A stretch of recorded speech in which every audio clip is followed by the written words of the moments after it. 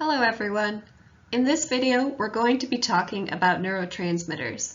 Specifically, we're going to briefly review how neurotransmitters work and discuss how certain drugs can influence their effect.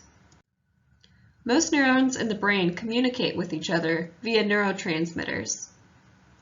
Neurotransmitters, or chemical messengers, are released from small pockets called synaptic vesicles in neurons. These messengers cross the gap or synaptic cleft between neurons or between neurons and other cells, such as muscle cells, and are taken up by receptors. Once they serve their purpose, neurotransmitters can diffuse away, be degraded, or be taken back up by the neuron that released them in a process known as reuptake. In this way, information is transmitted between neighboring cells. Here, the red dots signify neurotransmitters. These chemical messengers can stimulate neurons to send a signal to other neurons that they're connected to. This is called firing. Other neurotransmitters can make it harder for electrical impulses to be generated in the receiving neuron and prevent them from firing. Since one neuron can share synapses with thousands of other neurons, the combined effect of the different messages ultimately determines whether a signal will occur. Drugs can interfere with communication between nerve cells. Some drugs act directly on neurons, neurotransmitters, or receptors. Psychoactive drugs can have a number of effects on how the mind works. Medicines are drugs that are used to cure or treat a disease under the supervision of a doctor. Non-medical drugs can be illicit or illegal substances.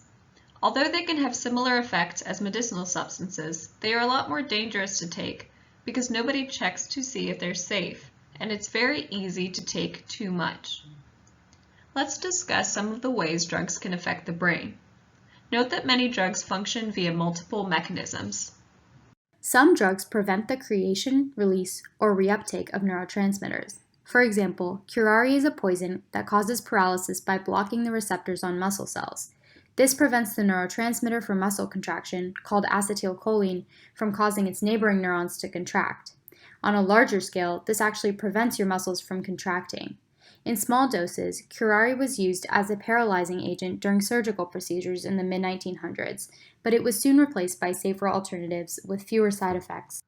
Some drugs can cause neurons to fire excessively or stimulate the massive release of neurotransmitters. Cocaine is an illegal drug that blocks the reuptake of the neurotransmitter dopamine. This causes some neurons to fire for longer than they normally would. This can make the user feel good momentarily, but can also cause serious damage to the brain over time. Epilepsy is a central nervous system disorder characterized by abnormal electrical activity in the brain, partly due to an increase in the firing rate of some types of neurons. Cocaine use can trigger seizures in people with epilepsy. Fluoxetine, also known by the trademark name Prozac, is an antidepressant that blocks the reuptake of serotonin and keeps it active for longer in brain circuits related to emotional states.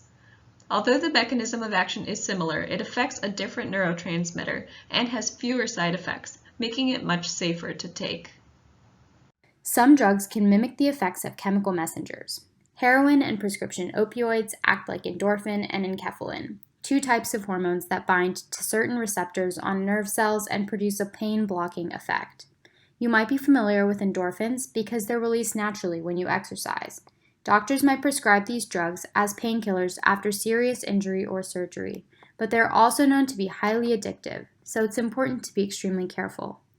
Note that hormones are not quite the same as neurotransmitters. Unlike neurotransmitters, hormones can be produced in various parts in the body and travel through the bloodstream, potentially affecting targets outside of the brain.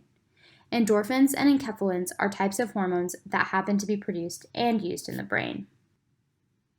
Any drugs that are abused, even ones such as alcohol and nicotine that are legal to use for certain age groups, can have negative effects. Users can be harmed while using the drugs if they take too much, or they can put themselves in danger because their ability to do other tasks like drive is impaired. Users can also develop an addiction to the substance over time, becoming dependent on it to function. Alcohol slows down the central nervous system, causing sluggish movements, loss of balance, and sleepiness.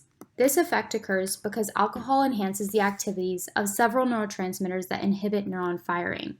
Alcohol impairs thinking, movement, and judgment, and long-term abuse can also damage other parts of the body, such as the liver, where alcohol is broken down. Inhalants are chemicals that emit a vapor or gas. Aside from a few inhalants that can be used for medical purposes, such as anesthesia, which numbs your body or puts you to sleep during surgeries, there are no legal inhalants, and ones that are used are often toxic chemicals intended as fuels, solvents, or glues. Although all inhalants contain harsh chemicals that can damage the airways and deprive us of oxygen, some actually damage or destroy the myelin sheath that insulates nerve axons. Without myelin, nervous system signals to the muscles are disrupted, leading to tremors, muscle spasms, and even cardiac arrest and death. Nicotine is a stimulant found in cigarettes. It stimulates the activity of neurons in many parts of the brain and nervous system, causing an increase in blood pressure and heart rate, faster respiration, narrowing of arteries, and stimulation of the central nervous system. Nicotine also stimulates the release of the neurotransmitter dopamine in the part of the brain related to addiction and pleasure, making it highly addictive.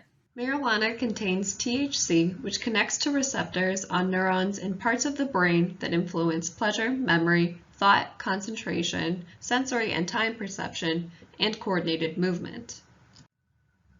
MDMA, also known as ecstasy, increases the levels of serotonin and other neurotransmitters in the brain. Its long-term use is linked to damage of parts of the brain critical for thought, memory, and pleasure. It is important to be aware of how drugs change our brain chemistry so that we understand the consequences of taking them. We hope you found this video informative in helping you do just that. Thank you for watching.